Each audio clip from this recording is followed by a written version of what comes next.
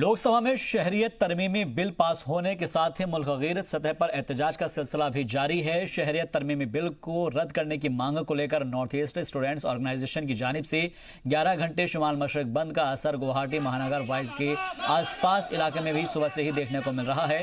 कौमी शाहराह पर गाड़ियों की आमदोरफ्त पूरी तरह से बंद नजर आई, तो वहीं मुजाहिरीन ने जगह जगह पर टायर जलाकर बिल की मुखालफत में एहतजाज किया।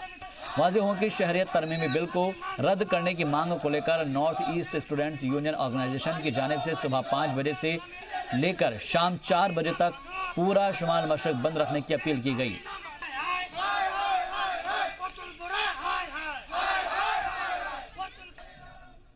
तो सिटीजन अमेंडमेंट बिल लोकसभा से पास हो चुका है। यूपी के नायब वजीर आला केशव प्रसाद मौर्य ने इसके लिए वजीर आजम नरेंद्र मोदी और वजीर दाखिला अमित शाह को मुबारकबाद दी और इसके साथ ही कई मसलों पर अपोजिशन को भी घेरा। केशव प्रसाद मौर्य से खास बातचीत की हमारे नुमाइंदे राहुल मिश्रा ने। हमारे साथ बात करने के लिए केशव मौर्य जी हैं। केशव मौर्य जी, कल कैब को पास कर दिया गया, लेकिन विपक्ष इस पे विरोध कर रहे हैं। देखिए, विपक्ष का विरोध निराधार है। जो काम कांग्रेस की सरकार को स्वतंत्रता प्राप्ति के तत्काल बाद करना चाहिए था, वह माननीय नरेंद्र मोदी जी के नेतृत्व वाली सरकार में कल रात्रि जिस प्रकार से एक बहुत बड़ा बिल देश की सर्वोच्च संस्था ने, सदन ने पास किया है, उसके लिए मैं माननीय प्रधानमंत्री श्री नरेंद्र मोदी जी को, आदरणीय गृह मंत्री श्री अमित शाह जी को और सभी देशवासियों को बधाई देता हूं, शुभकामना देता हूं। विरोध करने वाले अलग थलग पड़ गए हैं और समर्थन में 130 करोड़ लोग खड़े। सर, अमेरिकी संघ है, उसका कहना है कि प्रधानमंत्री और केंद्रीय नेतृत्व यदि दोनों सदनों में इस तरीके का पास होता है तो उनको कहीं ना कहीं बैन करना चाहिए। देखिए, मैं जहां तक मानता हूं कि अमेरिका क्या कह रहा है, इसके आधार पर हम देश के फैसले हमारे माननीय नरेंद्र मोदी जी के नेतृत्व में हमारी सरकार के द्वारा नहीं लिए जाते हैं। हमारे देश के हित में क्या है, इस बात को ध्यान में रख करके फैसले होते हैं और एक संसद ने लोकसभा से पास हो गया है, राज्यसभा में भी पास होगा और यह देश के हित में है। जिन लोगों को विभाजन के बाद, चाहे पाकिस्तान हो, चाहे वो बांग्लादेश हो, चाहे अफगानिस्तान हो, वहां से निकाला गया, उनको शरणार्थी के रूप में हमें स्वीकार करना चाहिए। हम उन्हें नहीं स्वीकार किए, लेकिन घुसपैठियों को स्वीकार कर लिए। तो हमारी सरकार ने, माननीय नरेंद्र मोदी जी के नेतृत्व वाली सरकार ने, माननीय गृह मंत्री अमित शाह जी के अगुवाई में यह तय हो गया है कि अब जो शरणार्थी बन करके आए हैं उनको तो नागरिक बना करके उनको जो सम्मान सुविधा है वो देंगे। दुनिया क्या कह रही है उसको देखे बगैर लिए जाते हैं और हमें 56 इंच के सीने वाले माननीय प्रधानमंत्री श्री नरेंद्र मोदी जी के नेतृत्व वाली सरकार और माननीय अमित शाह जी, जिनके गृह मंत्री बनने के बाद धारा 370 विदा हो गई, जिनके गृह मंत्री के रूप में जिस प्रकार से नागरिकता का संशोधन का बिल यह कल संसद में पास हुआ है, वो राज्यसभा में पास होगा। जिस विषय को लेकर के वो आगे गए हैं, पीछे मुड़ करके देखना मैं जहां तक समझता हूं माननीय अमित शाह जी के स्वभाव में नहीं। चिदम्बरम ने इस बात पे कहा है, कैब के जो पास होने के बाद चिदम्बरम का भी 2-3 ट्वीट एक लगातार आया और उन्होंने उसमें ये कहा है कि बहुमत दिया है जनता ने, अब जनता भुगत रही है। नहीं, जनता भुगत नहीं रही है, कांग्रेस भुगत रही है और आगे भी कांग्रेस भुगतेगी और चिदम्बरम जैसे लोग भुगतेंगे। मतलब यह जनता भुगतने का नहीं, जनता में तो खुशी की लहर है, पूरे देश में मिठाइयां बट रही हैं और पूरा देश इसका स्वागत कर रहा है और जिनके अंदर दर्द हो रहा है वो तुष्टीकरण की राजनीति के आधार पर देश को आपस में लड़ा करके देश में शासन करने का काम किए थे, उनकी विदाई का समय आ गया। धन्यवाद जी मीडिया से बात करने के लिए। कैमरामैन अनुज के साथ राहुल मिश्रा, जी मीडिया, दिल्ली। राज्यसभा में कल शहरियत तरमीमी बिल पेश होगा। राज्यसभा के एमपी सुभाष चंद्रा ने इस बिल के हक में वोट करने का ऐलान किया है। जी मीडिया से खास बातचीत में सुभाष चंद्रा ने कहा कि बिल मुल्क के मफाद में है और पनाहगुज़ीनों को पनाह देना मुल्क के सकाफत के हिमायत में है। साथ ही बिल पर बौखलाए पाकिस्तान पर सवाल उठाते हुए डॉक्टर सुभाष चंद्रा ने कहा कि अगर पाकिस्तान को अक़लियतों की इतनी ही फिक्र है तो आखिर वहां क्यों अक़लियतों की तादाद इतनी कम होती रह गई। राज्यसभा सांसद डॉक्टर सुभाष चंद्रा हमारे साथ में। सुभाष जी, नागरिकता संशोधन बिल अब लोकसभा के बाद राज्यसभा में आ रहा है, तमाम हंगामा मचा हुआ है, कांग्रेस विरोध कर रही है, आपकी क्या प्रतिक्रिया है इस पर? देखिए, मेरी पर्सनली, क्योंकि मैं एक इंडिपेंडेंट मेंबर पार्लियामेंट हूँ पर फिर भी मैं इस बात का पूरी तरह से समर्थन करता हूं, क्योंकि ये सिटीजन अमेंडमेंट बिल देश के हित में है, और देश के हित में ही नहीं बल्कि भारत की जो छवि पूरे विश्व में बनी है मोदी जी के नेतृत्व में, उस छवि का भी एक बिफिटिंग बात है कि भारत आसपास के मुल्कों में जिन्होंने गलत किया हो अपने माइनॉरिटीज़ के साथ, उनको शरण देना, उनको इज्जत देना इस देश का फर्ज और कर्तव्य बनता है और इस देश की संस्कृति के अनुरूप है। आप इस बिल का समर्थन करेंगे राज्यसभा में? बिल्कुल करें। एक सवाल और है सर, पाकिस्तान इस पर लगातार विरोध कर रहा है। ट्विटर पर पाकिस्तान के प्रधानमंत्री कह रहे हैं ये भारत को बांटने वाला बिल है। भारत के अंदरूनी मामले में आखिरकार पाकिस्तान को इतनी दिलचस्पी क्यों रहती है? वो ठीक है, वो उसका अपना ध्यान अपने लोगों का बटाने के लिए वो करते हैं, उनका इससे कोई लेना देना नहीं है। अगर करना था तो अपने समय पे ध्यान रखते। जब देश का विभाजन हुआ, जब पाकिस्तान बना, तो वहाँ पे 23% माइनॉरिटीज़ थी। आज वो सिंगल डिजिट में रह गई। क्या किया उन्होंने? सबको मार मार के, सबके साथ दुर्व्यवहार करके सबको कन्वर्ट किया या मार दिया। तो शहरियत तरमीमी बिल को लेकर लगातार हंगामा बरपा हुआ है, फिर चाहे वो सदन हो या सड़क हो, हर जगह पर ऐवान से लेकर अलग अलग जो सूबे हैं उसमें लोग एहतजाज कर रहे हैं और अपोजिशन जो जमात है वो इसकी मुखालफत कर रही है। हालांकि सरकार की जानिब से यह कह दिया गया है कि इसका असर जो हिंदुस्तानी मुसलमान हैं उनके ऊपर नहीं पड़ेगा, लेकिन सीधे तौर पर अलग अलग जगहों पर अपनी अपनी अलग अलग राय रखी जा रही है। और जी मीडिया नुमाइंदे शुएब रजा हमारे साथ इस खबर पर मजीद अपडेट के साथ जुड़ गए हैं। शुएब, सबसे पहले आपसे जानना चाहेंगे, क्योंकि लोकसभा में यह बिल पास हो गया है, शहरियत तरमीमी बिल, लेकिन अब राज्यसभा में कल 2 बजे इसके ऊपर चर्चा होनी है। आपसे जानना चाहेंगे फिलहाल क्या कुछ हालात नजर आ रहे हैं, क्योंकि हम देख रहे हैं कि अलग अलग मकामात पर जो स्टूडेंट्स है, जो तलबा है, उनका भी एहतजाज हो रहा है। बिल्कुल देखिए, कल जब लोकसभा में ये पास हुआ रात के वक्त, उसके बाद से हम देख रहे हैं कि हालांकि उससे पहले ही जो मुखालफत है इसकी लगातार की जाती रही है। असम से आज भी यही खबर है कि असम पूरी तरह से आज भी बंद है। कई यूनिवर्सिटीज के जो तलबा है वो अभी भी प्रोटेस्ट वहां पर कर रहे हैं, क्योंकि राज्यसभा में इसको कल पेश किया जाएगा। ये बात तय हो चुकी है, लोकसभा से पास हो चुका है। सरकार को उम्मीद है कि शायद राज्यसभा में भी वो पूरा जो गणित है उसको बैठाने में कामयाब हो जाएगी और वहां भी कहीं ना कहीं उसको इससे कामयाबी मिलेगी। लेकिन उससे पहले हम देख रहे हैं कि नॉर्थ ईस्ट और दिल्ली में भी इसकी मुखालफत लगातार की जा रही है। आज दिन के वक्त कई जो स्टूडेंट यूनियन है या स्टूडेंट काफी बड़ी तादाद में जंतर मंतर पर आए थे। अभी भी बड़ी तादाद पर लोग जुटे हुए हैं इस शहरियत तरमीमी बिल की मुखालफत करते हुए। कुछ लोग हमारे साथ मौजूद हैं, उनसे बातचीत करते हैं। सरकार ये कह रही है कि वो 3 मुल्कों के उन शहरियों को, उन लोगों को एक तरीके से सिटीजनशिप देने जा रही है, शहरियत देने जा रही है, जो परेशान है, जो अकलियत में है, जिन पर जुल्म हो रहे हैं। आप लोगों की मुखालफत क्या है? देखिए, मुखालफत सबसे पहले हमने, याद होगा, एनआरसी की थी। एनआरसी धर्म बेस पे रिजल्ट्स क्या निकल के है वो आप पूरे हिंदुस्तान को पता है। आज जो ये सिटीजन अमेंडमेंट बिल है, ये जो लाया गया और एक धर्म के आधार पे कुछ लोगों को बाहर किया गया है। सबसे पहले हमारा इसका विरोध है, हम इस बिल को जलाएंगे और यहाँ विरोध करेंगे। अमेंडमेंट बिल जो ये लाया गया है, इसमें सीधा सीधा देख रहा है, एक तो जो हमारे हिंदुस्तान का कॉन्स्टिट्यूशन है उसका उल्लंघन है, सीधा सीधा जो आर्टिकल 14 है, जो आर्टिकल 21 है, सीधा सीधा उसका उल्लंघन है। फिर दूसरा, जिस हिंदुस्तान में हम रहते हैं, जिसकी संस्कृति है वसुम देव कुटुम्बकम, यानी पूरी दुनिया हमारा भाई है, पूरी दुनिया हमारी कुटुंब है, परिवार है। आज एक धर्म के आधार पे सिटीजन अमेंडमेंट बिल ला रहे हैं। उसके अलावा अमित शाह खड़े होके बड़ी जिल्लत के साथ पार्लियामेंट में बयान देते हैं कि जो 70 साल पहले कांग्रेस ने गलती की थी आज हम दोबारा दोहराने जा रहे हैं। ये कहाँ ले जाना चाह रहे हैं देश को? हम ये देख रहे हैं कि जो लोग, क्योंकि मुखालफत तो हम काफी दिनों से देख रहे हैं, लेकिन सरकार कह रही है कि वो तो संविधान के तहत ही संसद से पास कराकर इसको कानून बना रही, अमेंडमेंट कर रही है। और राज्यसभा में भी ऐसे जो दल है, जेडीयू के बारे में लोग कह रहे थे कि वो शायद साथ नहीं देगा, लेकिन जेडीयू भी सरकार के साथ खड़ी है क्योंकि सरकार चल रही है बिहार में उनकी।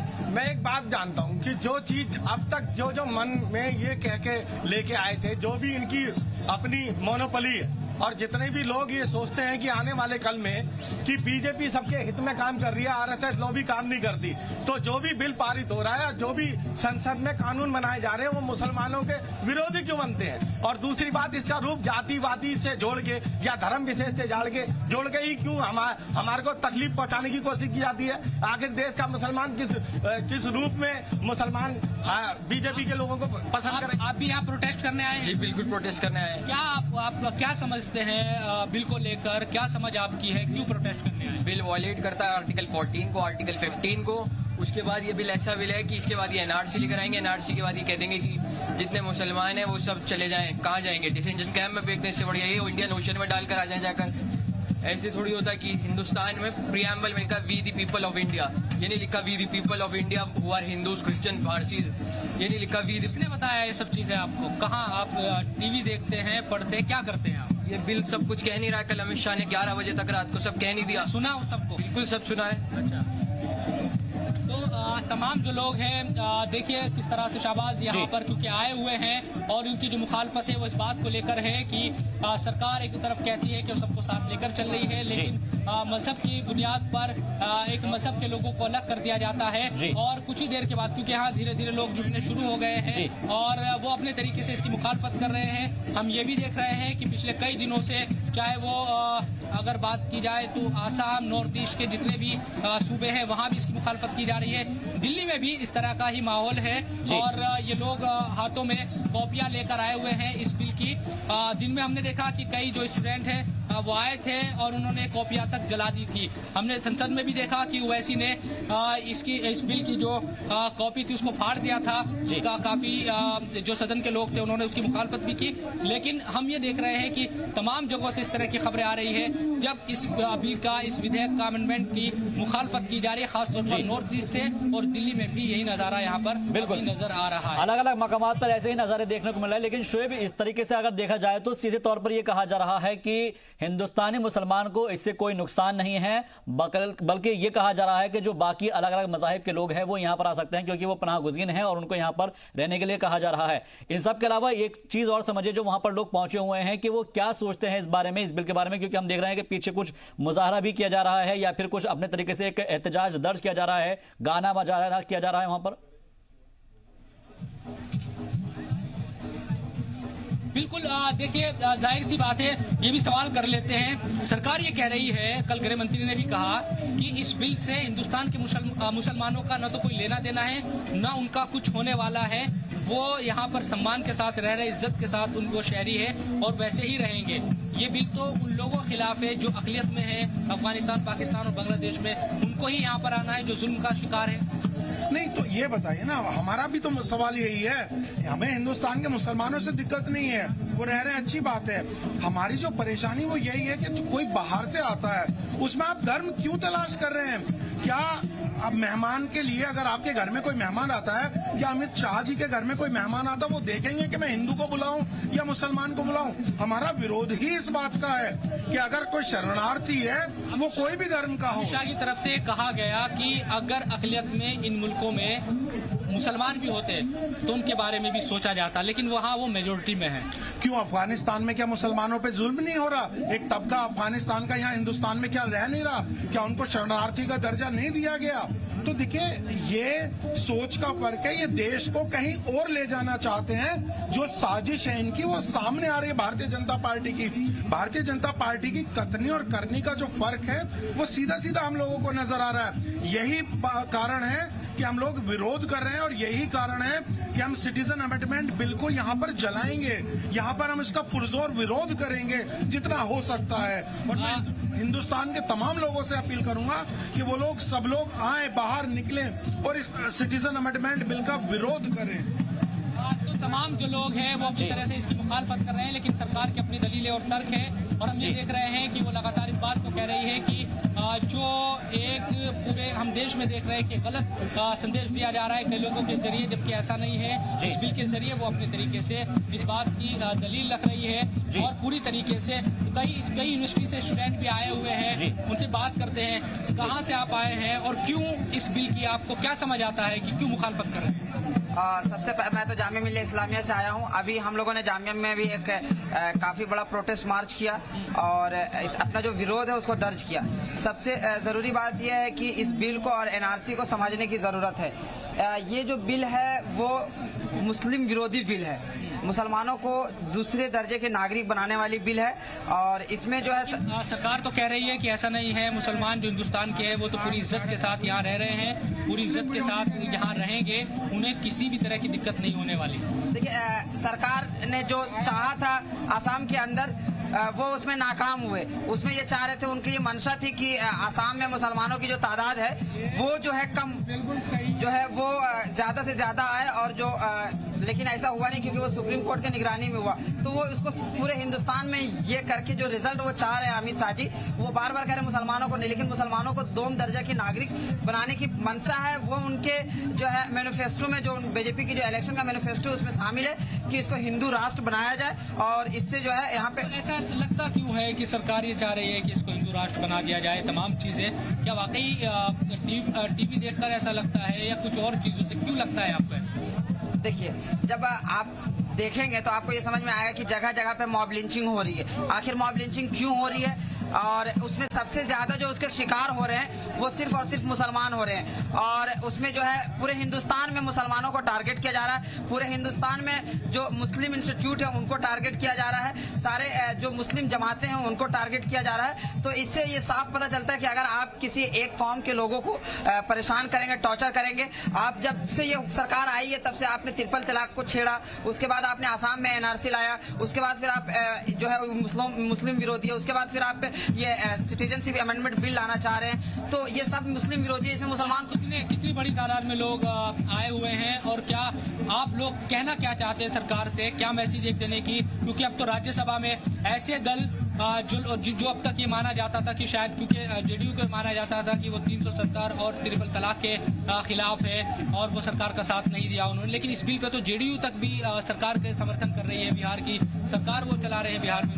देखिए, ट्रिपल तलाक बिल को जब हम देखेंगे तो उसमें हुआ यह था, जब वो राज्यसभा में आया था तो कुछ लोग जो क्या नाम है सेकुलर पार्टियां, उन लोगों ने अपने आप को बॉयकॉट कर लिया था। और जब बॉयकॉट किया था तो उससे हुआ ये था कि जो उसके समर्थन में वोट ज्यादा पड़ गए थे। तो हम ये जो सेकुलर पार्टियां हैं उनसे ये कहना चाहते हैं कि सिटीजनशिप अमेंडमेंट बिल जब राज्यसभा में वोटिंग हो तो वो वहां पे मौजूद हो, वो उसको बॉयकॉट ना करें और वो बिल जो है पास ना हो पाए। लोकसभा से पास हुआ है, राज्यसभा में, इसके लिए हम यहाँ पे आए हैं। हमारा विरोध तो सेकुलर पार्टियों से भी है और सरकार से भी है। और सेकुलर पार्टियों से सिर्फ ये बताना चाह रहे हैं कि अगर आप इसका समर्थन करते हैं या बॉयकॉट करते हैं राज्यसभा से अपने आप को इस बिल को लेके, तो आप भी इसके क्या नाम है मुजरिम होंगे, आप भी सरकार करेगी। राज्यसभा में जेडीयू तो वोट करेगी, वो कह रही है। तो कुल मिलाकर देखा जाए तो अलग अलग यूनिवर्सिटीज के भी स्टूडेंट यहाँ पर है, कई सोशल जो ऑर्गेनाइजेशन है उनके भी लोग यहाँ पर आए हुए हैं और एक ही इनका विरोध है कि इसको किसी तरह से रोका जाए, लेकिन सरकार भी अडिग है। लेकिन शोएब, एक चीज यहाँ पर समझने की जरूरत है, क्योंकि उन तमाम जो अरकान पार्लियामेंट है जिनका आप जिक्र भी कर रहे हैं और लोगों से भी बात हुई है, उनका ये कहना था कि उन्होंने बायकॉट कर दिया। इससे तो सीधे तौर पर एक तरीके से देखा जाए तो हुकूमत को फायदा हो रहा है और यही चीज कही जा रही है। कल भी इस बात को लेकर काफी चर्चा हुई थी, बहस हुई थी कि इस तरीके के जो बायकॉट किए जाते हैं उसके बाद उसका सीधा असर जो है पक्ष में वोटिंग करने को लेकर हो जाता है। क्या अगर ऐसा राज्यसभा में हो जाता है, क्योंकि कहा यह जा रहा है कि शिवसेना ने पहले कहा गया था कि शिवसेना हो सकता है शायद उनका सपोर्ट ना करे, लेकिन बावजूद इसके महाराष्ट्र में सरकार भले ही बीजेपी की मुखालिफत करके बनाई हो लेकिन शिवसेना इसका सपोर्ट कर रही है।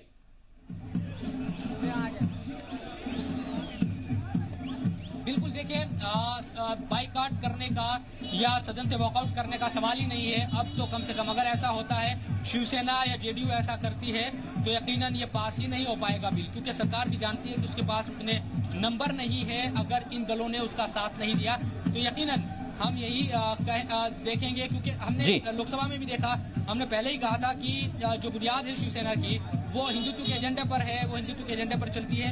तो इस बिल की मुखालफत करना उसके लिए बहुत मुश्किल रहने वाला है, इसलिए वो सरकार के साथ गई। अब भले ही वो ये कह रहे हो कि बहुत गुंजाइश बाकी है इस पर और जो हालात है वो साफ होने चाहिए, सरकार को और ज्यादा स्पष्ट चीजें करनी चाहिए इस सिलसिले में, लेकिन मुझे नहीं लगता कि वो राज्यसभा में सरकार के खिलाफ जाकर वोट कर देगी या सदन से। बिल्कुल, चलिए देखना अहम होगा कि राज्यसभा में कल क्या कुछ होगा। चर्चा होगी और चर्चा के बाद, बहस के बाद कितने वोट पक्ष में आएंगे और कितने अगेंस्ट में आएंगे। बहुत बहुत शुक्रिया हमसे बातचीत के लिए। तमाम अपडेट के लिए शोएब रजा आपका। आप नजर बनाए रखिएगा इन एहतजाजी मुजाहरों के ऊपर भी हम नजर लगातार बनाए हुए हैं। तब तक बढ़ते हैं आगे और कुछ और खबरों की जानिब रुख करते हैं, जहां पर उन्नाव रेप और मर्डर केस में इंतजामिया ने मुतासिरा के अहले खाना से राब्ता किया है। जिले के एसडीएम को उनसे नौकरी के लिए दस्तावेज लेने के लिए भेजा गया है, जबकि सीएम आवास योजना के तहत घर का भी रिकमेंडेशन कर दिया गया है। डीएम देवेंद्र कुमार पांडे ने बताया है कि परिवार के फैसले के बाद उनके घर के मेंबर को नौकरी दी जाएगी।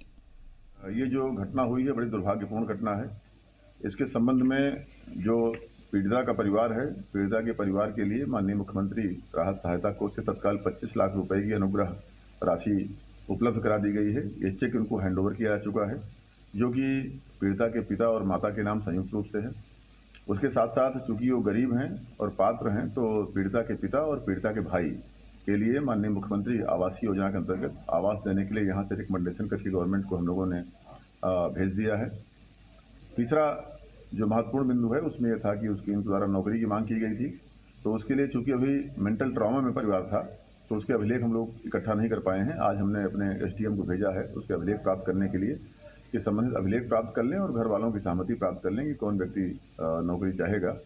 तो इस पर भी उच्च स्तरीय निर्णय होना है और निर्देश ये दिए गए हैं कि ये सब अभिलेख लेकर के भेजा जाए और इस पर उच्च स्तरीय निर्णय होगा।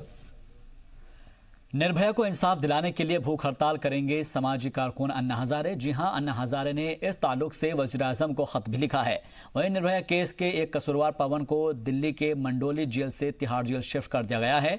निर्भया के एक कसूरवार विनय की रहम की अर्जी सदर जमहूरिया के पास ज़ेरे इल्तिवा है। जैसे ही इस अर्जी को खारिज किया जाएगा, कसूरवारों को फांसी पर लटकाने का अमल शुरू हो जाएगा। इधर बिहार के बक्सर सेंट्रल जेल में फांसी का फंदा तैयार हो रहा है। जेल में 10 फांसी के फंदों को तैयार किया जा रहा है और इसको बनाने में काम में एक्सपर्ट्स कैदियों को लगाया गया है। बक्सर जेल में फांसी के फंदे बनाने की पुरानी तारीख रही है। हालांकि जेल के अफसरान ने अब तक इस बात का खुलासा नहीं किया है ये फांसी के फंदे कहां भेजे जाएंगे या फिर इन पर किन्हें लटकाया जाएगा। चलिए बढ़ते आगे। बिहार के मुजफ्फरपुर में जिंदा जलाई गई लड़की को इलाज के लिए दिल्ली भेज दिया जाएगा, जहां पर इलाज का सारा खर्च बिहार सरकार उठाएगी। बिहार के मुजफ्फरपुर में जिंदा जलाई गई लड़की की हालत में सुधार के बाद उसे इलाज के लिए दिल्ली भेजा जाएगा। डीएम ने रिश्तेदारों को सरकारी खर्चे पर इलाज कराने की यकीन दहानी कराई है। ये वारदात 7 दिसंबर की है। लड़की को जलाने का इल्जाम पड़ोस के ही एक नौजवान पर है। मुतासरा के घर वालों का कहना है कि मुलजिम पिछले कई सालों से उनकी बेटी को परेशान कर रहा था। पुलिस को दिए बयान में मुतासरा के अहले खाना ने बताया कि 3 साल से मुलजिम उनकी लड़की को परेशान करता था और बार बार मना करने पर भी नहीं माना था। पुलिस ने मुलजिम को गिरफ्तार कर लिया है। Bureau report, Zee media. Supreme Court Hyderabad gang rape और मर्डर के मुलजिमीन के एनकाउंटर के मामले पर समाअत के लिए तैयार हो गया है। सुप्रीम कोर्ट में कल इस पर समाअत होगी। रिपोर्ट देखिए। हैदराबाद एनकाउंटर की जांच और Cyberabad police commissioner VC Sajjanar के खिलाफ एफआईआर की मांग पर पहले तो सुप्रीम कोर्ट ने कहा कि तेलंगाना हाई कोर्ट जांच के हुक्म दे चुका है, लेकिन अर्जी गुजारों ने दलील दी कि तेलंगाना पुलिस पर भरोसा नहीं किया जा सकता, इसलिए जांच सीबीआई, एसआईटी या किसी दीगर एजेंसी से कराई जानी चाहिए। तो सुप्रीम कोर्ट ने अर्जी पर बुध को समाअत तय कर दी। दूसरी जानिब तेलंगाना हाई कोर्ट ने एनकाउंटर मामले में समाअत जुमेरात तक मुलतवी कर दी। कोर्ट ने सभी चारों मुलजिमीन की लाशों को महबूब नगर के जिला अस्पताल से हैदराबाद के गांधी गवर्नमेंट अस्पताल में शिफ्ट करने और सभी लाशों को जुमे तक यानी 12 दिसंबर तक महफूज रखने का भी हुक्म दिया। Bureau report, Zee media. Delhi NCR में मौसम बदल चुका है, लेकिन नहीं बदल रही है तो आलूदगी की सतह। एक बार फिर से नोएडा में एयर क्वालिटी इंडेक्स खराब हो गया है और करीब 400 तक पहुंच गया है, जबकि गाजियाबाद में इसकी सतह 400 को भी पार कर चुकी है। वहीं आलूदगी के सबब सड़क पर विजिबिलिटी भी कम हो चुकी है, जबकि लोगों को सांस लेने में भी काफी तकलीफ की शिकायत हो रही है। महकमा मौसमियात का मानना है कि आने वाली 12 या 13 तारीख को होने वाली बारिश के बाद ही आलूदगी में कमी आने की उम्मीद है। उससे पहले ऐसे ही हालात बने रहने के इम्कान है। हालांकि नोएडा पॉल्यूशन कंट्रोल बोर्ड के अफसरान और मुलाजिम लगातार आलूदगी कम करने के लिए उन फैक्ट्रियों और गाड़ियों पर जुर्माना लगा रहे हैं, लेकिन हालात काबू में आते हुए नहीं दिख रहे। सबसे प्रदूषित शहरों में नोएडा का शुमार हो चुका है और इसकी पोजीशन इस समय नंबर 2 पर बनी हुई है। हम आपको बता दें कि नंबर 1 पर गाजियाबाद रखा गया है और नंबर 2 पर नोएडा है। और इस समय का समय आप देख सकते हैं कि किस तरीके से जो धुंध है वो दिखाई दे रही है। ये धुंध नहीं है, ये पूरी तरीके से स्मॉग है और ये स्मॉग लोगों को परेशान कर रहा है।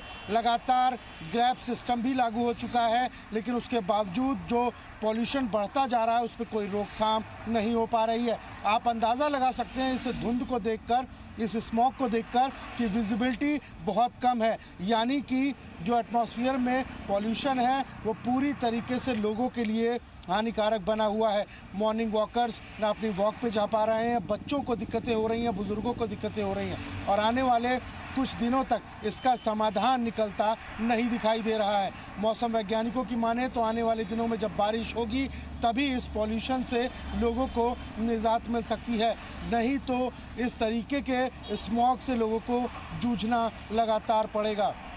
यही वजह है कि लगातार गौतम बुद्ध नगर नंबर 2 की पोजीशन पर बना हुआ है।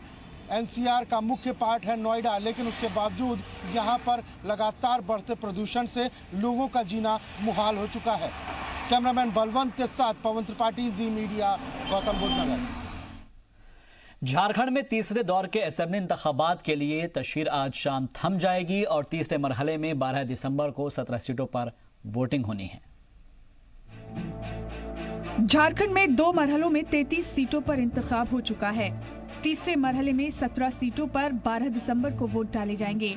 तीसरे मरहले के इंतखाब के लिए आज शाम इंतखाबी तशहीर थम जाएगी। 3 मरहलों को मिलाकर 12 दिसंबर तक 48 सीटों पर वोटिंग हो जाएगी, जिन पर 758 उम्मीदवार इंतखाबी मैदान में हैं। इंतखाब लड़ने में मर्दों के मुकाबले खवातीन काफी पीछे हैं। 12 सीटों पर एक भी खातून उम्मीदवार नहीं है। पहले 3 मरहलों में 686 मर्द उम्मीदवार हैं, जबकि 72 खवातीन हैं, यानी उम्मीदवारों की कुल तादाद के करीब 9% खवातीन हैं। 2014 के इंतखाब में इन सीटों पर 84 खातून उम्मीदवार थीं। पिछले इंतखाब के मवाज़ने में इस बार 7 खातून कम हैं। इंतखाबी कमीशन के आदादो शुमार की बुनियाद पर पहले मरहले की 13 सीटों पर 14 खवातीन किस्मत आजमा रही हैं। दूसरे फेज की 20 सीटों पर 27 और तीसरे मरहले की 17 विधानसभा सीटों से 31 खवातीन इंतखाबी मैदान में हैं। Bureau report, Zee media. ये रुख करते हैं कुछ और खबरों की जानिब।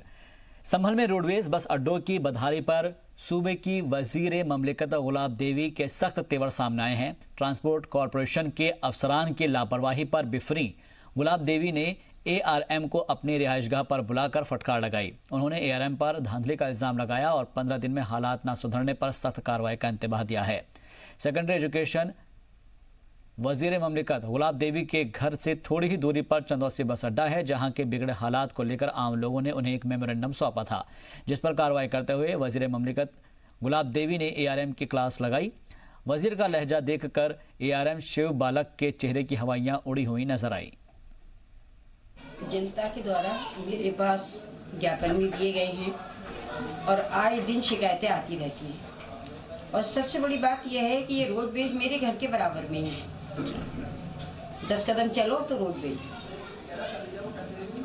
अभी 2-3 महीने पहले मैं खुद ही गई थी वहाँ पर रोडवेज में और मैंने सब अधिकारियों को बुलाया और सारी स्थिति से उन्हें अवगत कराया। उस स्थिति में इन्होंने कहा था कि 8 दिन के अंदर सारी व्यवस्थाएं हो जाएंगी, लेकिन आज की तारीख में मुझे इन्हें बुलाना पड़ा है और कहीं कोई सुधार की स्थिति दिखाई नहीं दी। अभी उन्होंने आश्वासन दिया है कि 15 दिन के अंदर पूर्ण सुधार कर देंगे। चंदौसी और संभल दोनों के लिए माननीय मंत्री जी ने भी आश्वासन दिया था कि बस अड्डे के लिए उनका पास जगह मिलेगी, अच्छा बस अड्डा चलेगा। और संभल में तो किराए का बस अड्डा चल रहा है, उसके लिए भी मुख्यालय पत्र भेजा जा चुका है और जैसे ही कोई जगह आवंटित हो जाएगी तो निगम का बस अड्डा भी। यमुना एक्सप्रेस वे के माइलस्टोन 108 पर एक तेज रफ्तार वॉल्वो बस बेकाबू होकर पलट गई। बस में सवार 30 मुसाफिर जख्मी हो गए हैं, जिनमें से 14 को शदीद चोट आई है। इन सभी को जिला अस्पताल में दाखिल कराया गया है। हादसा मथुरा के थाना जमुनापार इलाके का है, जहां पर सुबह 4 बजे मुसाफिरों से भरी हुई एक वॉल्वो बस बेकाबू होकर पलट गई। बताया जा रहा है कि हादसा ड्राइवर को झपकी आने की वजह से हुआ।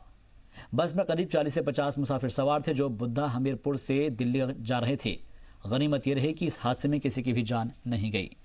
कट के ठीक ऊपर एक प्राइवेट गाड़ी पलट गई, बस पलट गई है, जिसमें करीब 40 से 50 सवारियां थी और ये आपके मौदाहा हमीरपुर पड़ता है, तो वहाँ से दिल्ली जा रही थी। तो ये ड्राइवर अपना इसको नींद आ गई है या तो इसका संतुलन बिगड़ गया है और ये गाड़ी ठीक पलट गई है, जिसमें करीब 14 लोग घायल हुए हैं। जो ज़्यादा घायल है और मामूली 4 लोग हैं जिनको सरसैया भिजवाया गया है, 14 लोग हैं जो जिला अस्पताल भेजे गए हैं।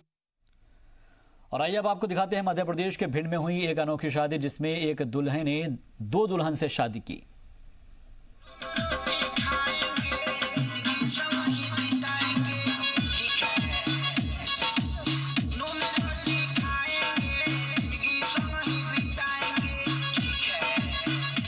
नमक रोटी खाकर भी जिंदगी संग संग बिताने का वादा हुआ है, लेकिन ये वादा एक दूल्हा एक ही वक्त पर 2-2 दुल्हनों के साथ आखिर कैसे कर सकता है? लेकिन ऐसा ही हुआ है।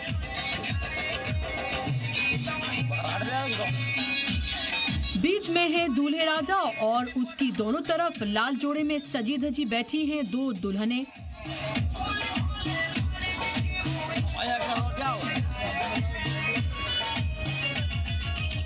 जो आपस में बहनें हैं। दिखने में ये सब फिल्मी अफसाना सा नजर आता है, लेकिन हकीकत में कुछ ऐसा ही हुआ है।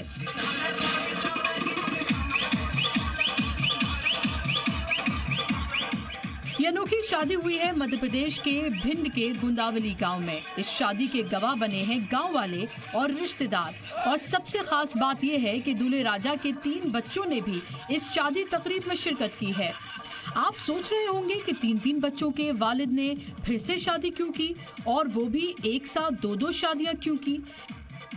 इन सारे सवालों के जवाब जानने से पहले ये जान लीजिए कि लाल जोड़े में जो दुल्हनें दिख रही हैं, उनमें से एक के साथ दीपक परिहार नाम के शख्स ने पहले से ही शादी की हुई है और दूसरे से उसने नई शादी रचाई है। लेकिन वो चाहता था कि नई दुल्हन के साथ साथ वो अपनी पुरानी अहलिया के साथ भी साथ फेरे ले और शादी की सारी रस्में निभाए। इसीलिए एक मंच पर एक दूल्हे के साथ 2-2 दुल्हनें नजर आईं।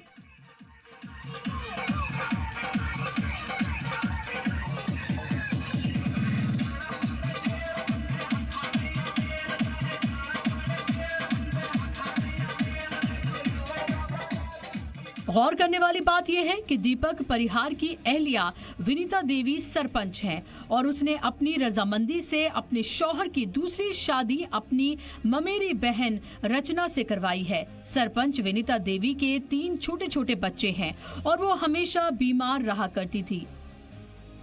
बच्चों की परवरिश करने के ख्याल से उसने अपने शौहर को दूसरी शादी की इजाजत दी और साथ ही दुल्हन भी उसने खुद खोजी अपनी ममेरी बहन रचना के तौर पर। मेरी बहन की तबीयत खराब रहती थी तो मेरी बहन राजी थी तो इसलिए शादी। उसके बच्चे छोटे थे तो इसलिए। एहलिया ने अपनी बहन के साथ शौहर की दूसरी शादी करवाने का फैसला किया तो दोनों परिवारों की तरफ से मुखालफत के सुर उठने लगे। हालांकि विनीता देवी, दीपक परिहार और रचना ने सबको मना लिया, जिसके बाद ये शादी हो गई। आपको कोई दिक्कत नहीं है इस बात में, खुशी शादी और साथ ही आप लोग रह रहे, कोई दिक्कत नहीं। हिंदू विवाह कानून के तहत कोई भी शख्स पहली अहलिया के रहते दूसरी शादी नहीं कर सकता, इसलिए शादी गैर कानूनी मानी जाएगी। लेकिन कहते हैं ना, पति पत्नी राजी तो क्या करेगा काजी। बिल्कुल ऐसा ही भिंड में हुआ है। प्रदीप शर्मा, जी media, Bhind, Madhya Pradesh. Income tax ने अंडरवर्ल्ड डॉन दाऊद इब्राहिम के साथ रहे इकबाल मिर्ची के खिलाफ मुंबई के PMLA कोर्ट में चार्जशीट दाखिल की है। मनी लॉन्ड्रिंग के मामले में दाखिल ये चार्जशीट 10,000 पेज की है। चार्जशीट में इकबाल मिर्ची के अलावा 15 और लोगों के नाम भी शामिल हैं।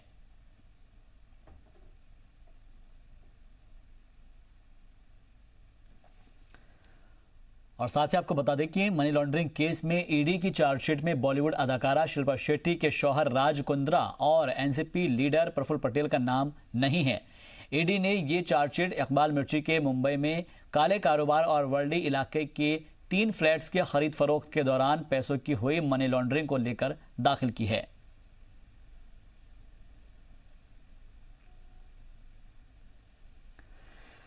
चलिए बढ़ता आगे। छत्तीसगढ़ के नारायणपुर में अपने साथी की गोली से जान गंवाने वाली आईटीबीपी के जवानों का मामला अभी ठंडा भी नहीं हुआ था कि पीर की रात इसी तरह का एक और हादसा झारखंड के बोकारो में पेश आया है।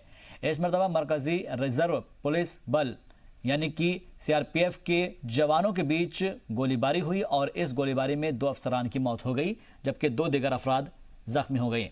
सीआरपीएफ के 26वीं बटालियन के जवान बोकारो में इलेक्शन की ड्यूटी के लिए यहां पर पहुंचे थे। कल रात आपसी मुतनाज़े में जवानों ने एक दूसरे पर गोली चला दी जिसमें 2 अफसरान की मौत हो गई है और 2 जवान जख्मी हुए हैं।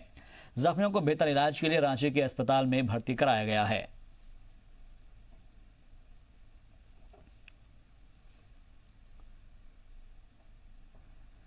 जुनूबी अमेरिकी मुल्क चिली में एक मिलिट्री प्लेन के लापता होने की खबर है और इत्तला के मुताबिक 38 मुसाफिरों के साथ चिली के पुंटा एरिनास शहर में प्लेन ने अंटार्कटिका के लिए उड़ान भरी थी और इस दौरान प्लेन से राब्ता मुनक़ता हो गया। फिजाइया के एक बयान में कहा गया है कि एक C-130 हरक्यूलिस तैयारा ने GMT वक्त के मुताबिक शाम 7:55 पर पंटा एरेनास शहर से president Eduardo fry Antarctica base के लिए 38 लोग इसमें सफर कर रहे थे उड़ान भरकर, लेकिन बयान के मुताबिक 38 लोगों में से 17 क्रू के अरकान थे और साथ ही बाकी 21 मुसाफिर थे। बता दें कि फिजाइया ने लापता होने से पहले तैयारा का अंदाजे के मुताबिक जगह दिखाते हुए ट्विटर पर एक मैप भी पोस्ट किया है। फिलहाल तैयारा के बारे में अभी तक कोई इत्तला नहीं मिल पाई है।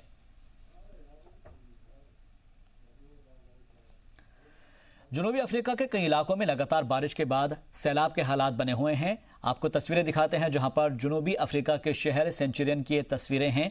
यहां भारी बारिश के बाद सड़कों पर पानी भर गया है। पानी इस कदर ज्यादा है कि सड़कों पर खड़ी गाड़ियां पानी में तैर रही हैं। लोगों के लिए उनके घरों से निकलना भी मुश्किल हो गया है। सैलाब की ये खौफनाक तस्वीरें सोशल मीडिया पर वायरल हो रही है। हालांकि बचाव और राहत दल लगातार लोगों को बचाने में लगे हुए हैं। सैलाब से यहाँ के लोगों को अभी राहत मिलती नजर नहीं आ रही है। महकमा मौसमियात के मुताबिक कल भी जनूबी अफ्रीका के कुछ हिस्सों में भारी बारिश हो सकती है। अमेरिका और ईरान के माबैन तलखी और कशीदगी के बीच एक मुस्बत खबर आई है। ईरान और अमेरिका ने अपनी जेलों में बंद एक दूसरे के कैदियों को रिहा कर दिया है। ट्रंप के इक़्तिदार में आने के बाद ये पहला मौका है जब दोनों ही मुल्कों के दरमियान बाहमी खैर सगाली का कोई इक़दाम किया गया हो। ईरान ने चीनी नजाद अमेरिकी शहर शियो वांग को रिहा किया तो वांग को 3 साल कबल जासूसी के इल्जाम में कैद किया गया था। प्रिंसटन यूनिवर्सिटी से डिग्री याफ्ता वांग को 2017 में जासूसी के इल्जाम में 10 साल कैद की सजा सुनाई गई थी। हालांकि वांग और यूनिवर्सिटी इंतजामिया इन इल्जामात की तरदीद करता रहा है। उनका कहना था कि वांग तहकीक के लिए ईरान गया था। शियो वांग की रिहाई का अमेरिकी सदर डोनाल्ड ट्रंप ने खैर मकदम किया है। इजराइल अमेरिका काउंसिल के सालाना इजलास में खिताब करते हुए ट्रंप ने कहा कि इस इकदाम से अंदाजा लगाया जा सकता है कि दोनों ही मुल्क मुस्तकबिल में क्या क्या कर सकते हैं। ट्रंप इंतजामिया के एक सीनियर एहलकार को उम्मीद है कि वांग की रिहाई के बाद ईरान दूसरे अमेरिकी कैदियों को भी रिहा करेगा। हुक्काम का मानना है कि इस इकदाम से पता चलता है कि ईरान अमेरिका के साथ मुख्तलिफ मुद्दों पर बाहमी मुज़ाकरात का ख्वाहिशमंद है।